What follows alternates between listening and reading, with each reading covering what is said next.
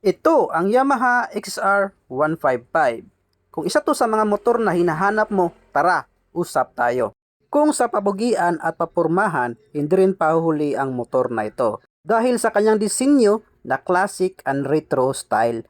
Makaluma pero mayroong modernong mekanismo. Isa ang motor na to sa mga premium 155cc na motor ni Yamaha.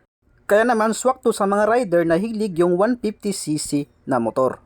Yung tipo na mayroong liksi at bilis na taglay. Sa headlight pa lang nito ay panalo na. Yung disenyo nito ay classic pero moderno yung ginamit na ilaw dahil ito ay naka-LED. So kitang kita mo si Crash kapag dumadaan sa harap mo.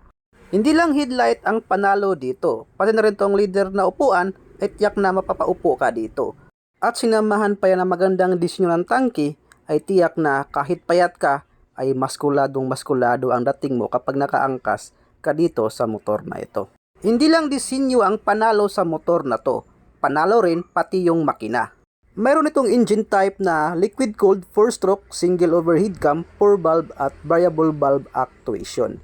Ito ay 155cc total engine displacement at mayroong bore na 58mm at stroke na 58.7mm.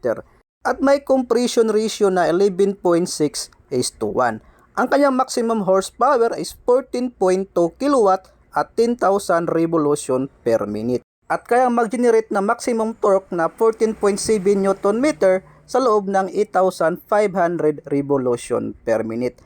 Ang starting system ng motor na ito is electric starter lang, wala tong kickstart.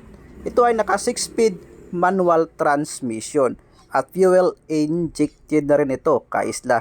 Sa kanyang dashboard, ito ay naka full digital dashboard na rin at maganda rin yung panel display nito. Sa mga switch function, maganda rin yung mga switch function. Yung mga materialis ay matitibay din ang ginamit ni Yamaha dito. Naka-naked handlebar ito kaya perfecto pang touring.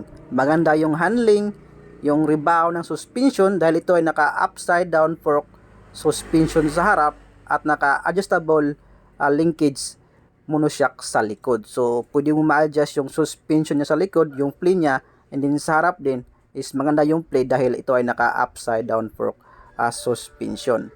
Ito ay naka-dual sport tire for off-road and on-road usage.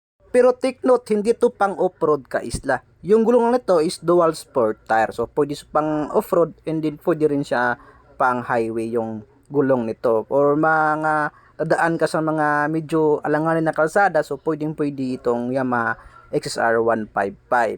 Sa usapang price naman, ang cash price nito is 175,800 pesos pag bumili ka dito sa Mototrade. Yung installment price nito, yung down payment niya is 32,000 pesos. Tapos yung monthly niya is 6,747 yung monthly niya sa 3 years. May rebate pa yan ng 200. So, saan ka pa? Apply ka na sa Mototrade, kaisla. And then, yung requirements niya, kapag installment mo to is to buy to picture, valid ID, and proof of income.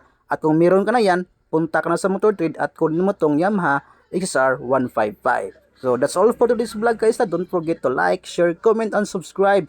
And follow our FB page. Itong nasa harapan nyo ngayon. Pakipindot nyo yung follow button. Follow for more, diba?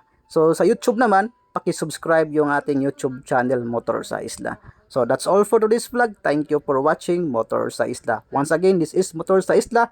Nagpahimangno na magamping kanunay o higugma ang Ginoo labaw sa tanan. Ride safe always. Peace. Bye-bye.